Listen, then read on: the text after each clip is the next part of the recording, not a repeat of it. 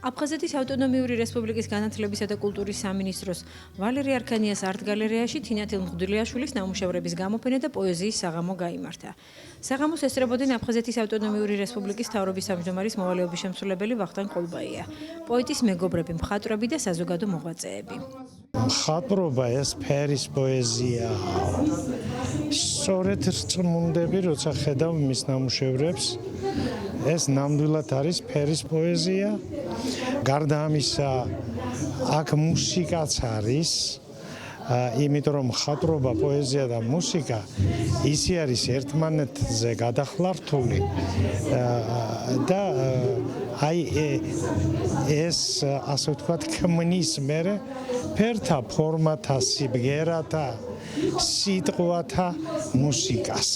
მიხარია რომ მიუხედავად იმისა რომ არაერთი ბრწყინვალე ლექსის შემქმნელია ქალბატონი თინათინი და არის ფაქტიურად დამფუძნებელი თავისი შინდისფერი პოეზიის და არის არა მარტო პოეტი, არამედ ეროვნული მოღვაწე.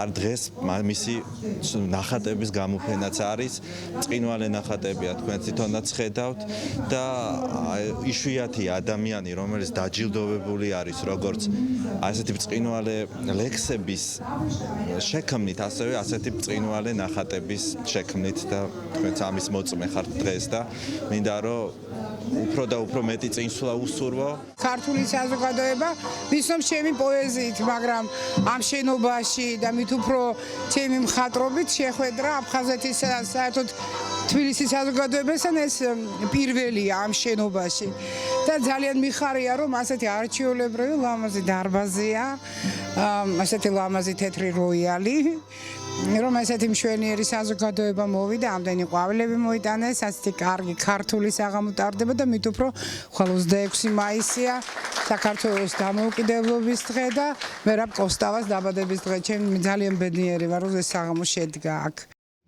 მრავალმხრივი გაქანების ქალბატონი, პოეტი, მხატვარი, საზოგადო მოღვაწე, ხატთა შემამკობელი, რომლის ლექსებზე შექმნილია არაერთი ცნობილი სიმღერა.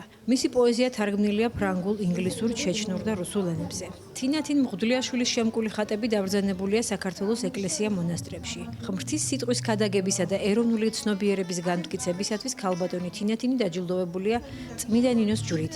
ასევე მინიჭებული აქვს ზიად გამსახურდიას წმინდა ილია მართლის და გალაქტიონის პრემიები. საღამოზე პოეტმა საკუთარი ლექსებით წაიკითხა. 21 ოჯრის დღესთან და თბილისის კართან, რუსთავაზე მლოცველების დასამხრების ზღვასთან, აფხაზეთში ცხუმის ცისქვეშ და რუსთველის ძეგლთან, ქვემო ქართლში სიონთა და წინაპართა ძვლებთან მოხალატის, ნაცირალას, უცხოტონთა ფერხთით ჩხრიალებდა 30 ვერცხლი.